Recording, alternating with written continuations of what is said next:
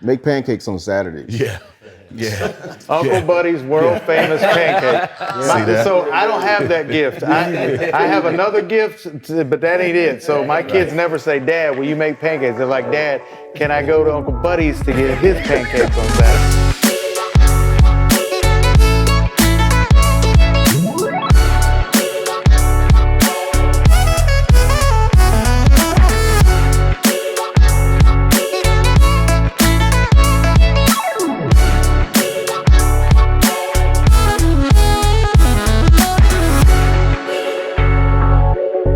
Hey, and welcome to another edition of ManCave. We have been celebrating men this entire month, man. We're, not just today, Father's Day, but here at the Potter's House in North Dallas, it's Father's Month. And we have been sharing with all these great men just stories and life principles and ways in which we can empower each other to be better fathers. We're learning. We're not experts. We're just learning from each other. And on this edition of ManCave, we're going to talk about quality over quantity. One of the things that I've heard throughout years with doing counseling, being a mentor, on college campuses, as well as just what I do now. And there's one thing that keeps coming up, fatherhood. And not just fatherhood, but the absence of a father or the lack of time with their father. And so we're going to talk about that because maybe you're struggling in your life right now and says, man, this is happening in my career. I'm trying to split my time up and I don't feel like I have enough to give, or by the time I get home, I'm tired. I'm ready to go to sleep. But I believe that the time that we spend with our kids, it's an investment and they're going to remember these moments more than anything. So let's dive in, fellas. What does, in your life, what does time look like? What does spending time with your kids kind of look like? Mark? Over the years, it's changed. I really like your shirt, by the way. Yeah, I asked my kids, what is quality time? What does being a good father look like? And they said, wearing a Dad Life shirt that you can get at dadlife.com. That's what my kids told me. Shameless plug. So that's my kids, Phil. It's all about my kids. Okay, this is not a shameless. Oh my God. I'm all about the children. I believe the children are the future. At dadlife.com. Love it. So I feel like it's one of the things that I feel like I've done over the years, and you kind of stumble into it, but I really try to be into whatever my kids are into. So like we all can remember back in the day when our kids were into Barney, we were like all into Barney. Like I bought this Barney doll and he was singing When All the Raindrops or Lemon Drops and Gumdrops, and we were singing it, right? We were all in Barney, and then we graduated, and now my kids are into like Fortnite and typical gamer. And so they will run to me. I will be at my lazy boy watching TV, and Ryan will come in and go, Dad, check this out. You can do this and this and this. And my eyes will glaze over because I have no idea what he's talking about, but he's into it. And so I'm into it, Yeah. And so that part changes as your kids are into different things. That helps me build quality time because it shows them that I care about what they care about. And I think a lot of times as we get older, we want our kids to grow up too quick. And so it's like, hey, don't worry about, drama at school. You're never going to talk to those kids again when you get older. But to them in that period, it matters. It's like the weight of their world right there. So that's kind of how I define quality time is I try to get into whatever they're into. Oh, that's cool. Yeah. What about you, Keisha? It's the same. I mean, I love my kids. I'm intrigued by them because they're all different. They all like different things. But over the years, I've kind of leaned into what they were interested in and invested in the things that I felt like they were passionate about because that's how they enjoy things the most. And one thing I did learn as far as, we're talking about quality over quantity, from my perspective, that's on point. But from the kids, they want quantity, right? Because you could take them to SeaWorld, you could take them to the water park, y'all been out all day. You get home, they still want to do more, right? They still want to hang out. It's like never enough for them, which is okay, but that's for them, they want us. And so I had to realize that listen, like I'm gonna be intentional and make this quality, but also I don't want to stress myself out thinking like, man, if I need a break, you know what I mean? Or if I need to take time, because they're gonna always feel like they want to spend more time with me. I just have to make sure that I'm intentional about the time that I do spend, because they're not gonna ever, from what I've experienced, want quality over quantity. They're gonna want quantity. They're gonna want as much time they can get with you. And so just trying to balance those thoughts, like making sure I give them the quality, but also understand that they're gonna want more. Yeah, that's good. What about you, Chris?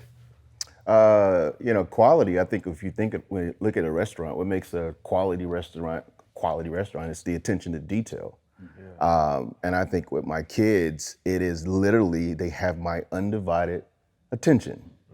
There's nothing else that matters. Joey comes to me and says, hey, Dad, I built this zoo, okay? What I have to do is go in his room. I have to leave my phone somewhere else. And my attention is 100% on what it is that he's doing. Because the life that I lived, because I traveled a lot, I didn't have 7 days to do it. I had maybe 3 days out of a week. So I had to learn how to maximize on the quality of time because I didn't have the quantity. So the thing that helped me was they had my undivided attention, and I just make sure they was just really diving in and saying, okay, I'm not thinking about anything else. My focus is on you at this particular moment. And I think that's so important too. I have a friend of mine who at 9 o'clock, he turns off his phone because that's his family time. And he said it's undisturbed time. Like, this is my time with my kids. This is my time with my wife. And, I've been, it'll be 9 years that I've been serving in student ministry. So I've had a lot of students that really opened my eyes when it comes to parenting, because I realized that we have students that do not have their fathers in their lives. They're living with their mothers, or they're staying with family members, and they're coming, so their parents aren't even in their lives, or they live in what we'd call a normal home with their father and their mother. But just because their parents are physically in their lives doesn't mean that they're in their lives when it comes to their faith, right? And so I've learned that, I wanted to be the superhero, right? When I say superhero, that doesn't mean that we have to be able to be faster than a speeding bullet or be able to jump over buildings with a single bound. But to be a superhero, what I tell our small group leaders, and I call them superheroes, because we have been intentional about putting someone in their lives that can help them navigate through life's journey, with or without, because there's parents that, fathers that are present, like Mr. Moody. His son was in our youth ministry, right? I knew that Mr. Moody didn't need me to be Batman for Daniel. He needed me to be Robin, right? What that is like, I'm saying the same thing Batman's saying, but it's coming from a different voice, right? And so I think every student needs a superhero. And what you're probably thinking, like, I don't have superpowers, I can't do any of that. Yeah, you do. Your superpower just needs to be present, be there. Every student needs a model. Everybody needs someone to look up to listen to tell the jokes, even if it's corny and you laugh, and they just need you to be present. I love that. For me, of course, immersing myself in whatever they're interested in, but I also love the value of starting traditions. So they'll remember, hey, Dad used to do this, family game night, or this is the time we would pray together, or this is the time I'm learning how to fish and teach. Pastor Chris taught me how to fish. So I'm like, Jackson's like, hey, can we go fish? So those traditions and those ongoing special moments, to me, represents quality time. Yeah, I feel like I'm in the middle. My wife and we're in the middle of chaos. Tell us how you really feel, Travis. Yeah, to be honest, I think I took on traits from my father. Like, my dad, he was a disciplinary, but he was a fun dad. Like, so he did stuff with us. Play Connect Four with us. Take us places, or hey, y'all get in the car. What I'm saying? We're like, where we going? And we end up pulling up to some place like, oh man, this is cool. Or pulling up to the bowling alley, surprising us or something like that. Or driving us 2 hours to the beach, you know what I mean? And so I think, spending time with my kids at the park, telling them, hey, they finished their schoolwork, let's go to the park. You know what I'm saying? They love doing that. They love going to the skate park or whatever. We try to do it on most Sundays is, go to Andy's for ice cream or something like that. Everything was shut down, and my daughter and I, we were able to watch episodes of this show called Nailed It, where people try to recreate like these cakes and different things like that, and they just do a horrible job at it. And we just love just doing those things. But I learned very young to get on their level, to find out what they're interested in, to find out what they, how they see things. And I think it is also a plus to have older kids and younger kids, that they gotta take care of each other. They gotta mentor each other. They gotta be, but then when chaos happens, then you gotta just kind of jump in.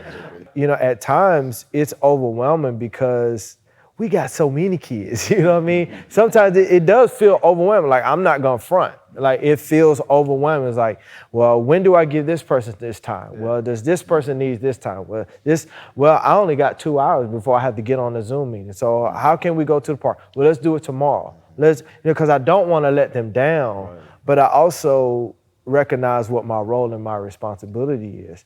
And so I think I need to do a better job at the time. I think I need to do a better job at getting in their world. I think I need to do a better job at disrupting their world, because they're okay being on the Xbox. They're okay watching their show on their smartphone, but interrupting those things at those moments to say, you know what, I don't want this moment to really, or this season to just pass me by, and wish I had these moments again. I think the good fathers are the ones that wrestle with that a lot.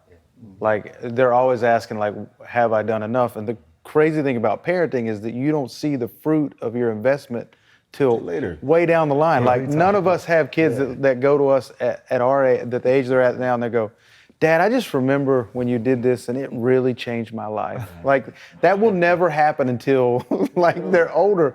I know Chris and I talk about this a lot, about how we feel like we give our kids even more than what we had intentionally, like driving in the car. Like, if you ask my kids anytime, what's a house? Both my kids will say an asset. And then you say, what's a car? They'll say a liability. But they're not going to thank me for that now. I got my kids, they think that's the boredest thing. They know it, but they're never going to thank me until they get down the line, and hopefully they have a little bit more wealth, a little bit more heads up than what I had.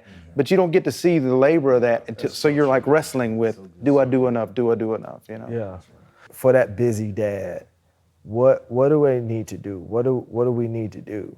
Like, do I need to put it on the calendar? Do I need, like, what are the simple, practical things that they can do to make the time meaningful?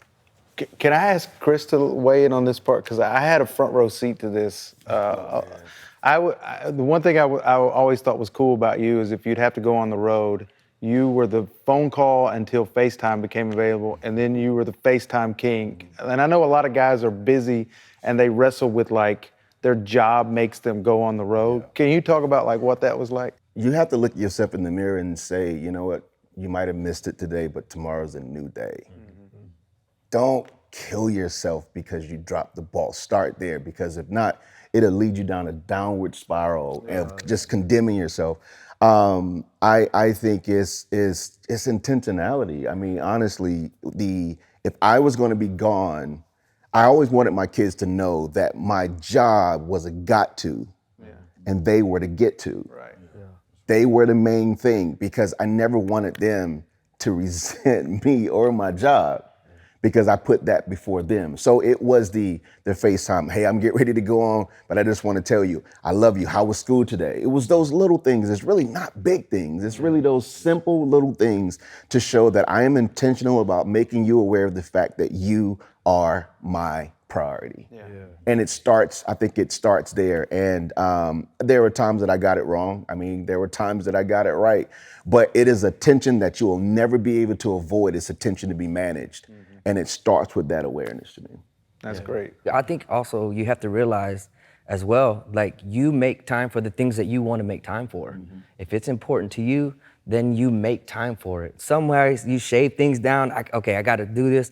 I got to make sure that this is happening, but I've got to take care of my kids. I've got to talk to them. I've got to be a part of their lives because again, I mean, the consequences are evident. Like we see all across our world, our nation, you know, what is happening because of fatherlessness. And it could be, again, their fathers are present in their lives, but they're just not really present in their lives. Does that make any sense? Yeah. Sometimes when I'm preparing, you know, food or something like that, Zay will come and says, Dad, I want to help. And, you know, early on, I'm like, go play with your iPad, man. You know, you about to mess up something. But now I'm like, yo, sprinkle that over there. Yeah. Like, and he does it wrong. It's not enough. Yeah. And then I have to go back and say, well, you gotta shake it a little bit more, you know? And so it's that showing. It is that, Dad, what are you doing? And then also saying, hey guys, what do y'all want to do today? Yeah. You know, hey, I got some time. What do you guys want to do? You know, of course, sometimes that's not even time. Hey, can you just buy us some extra V-Bucks? You know what I'm saying? It's a, hey, let's go to the park. We in a battle right now, Dad. You know what I'm saying? Can you just get us some? Yeah. You Fortnite parents know exactly what Get a little extra V-Bucks and we'll be good. I'm investing in V-Bucks. Yeah, you know what I'm saying? But it's that, again, that intentionality to say, how are you doing? And really mean it. Yeah. You know, that value in taking out the time. And you may feel like you don't have enough time, but that's where that quality comes in. Like, what can we do that is meaningful? What can we do that is memorable? Right? It's going to stick with them. It may not be a family vacation, right? But it could be something that you guys do together. You build those traditions along the way. Anybody got anything else? There's two types of time, two types of ways that we measure time, right? You know, the chronos, which is in minutes, and then you got the kairos, which is moments. Mm-hmm. We cannot make any more minutes, but we can make moments. And I think that's what we're all saying, to make the moments. Even if you don't have the minutes, just take the time to make a moment for your children, with your children. Be in it, be intentional, but make those moments because we cannot make minutes. And so, Make pancakes on Saturdays. Yeah. Uncle Buddy's world famous pancake. So I don't have that gift. I have another gift, but that ain't it. So my kids never say, Dad, will you make pancakes? They're like, Dad, can I go to Uncle Buddy's to get his pancakes on Saturday? I want to say this as a teacher, and I was on the elementary level, and so my pre-K and kindergarten, they're just, you know, you're towering over them. And you touched on it a little bit. We have to get on their level. So when I got down, you know, if I'm standing, you know, they're here. But when I got down, what do you need? You know, and there was an engagement and there was a caring.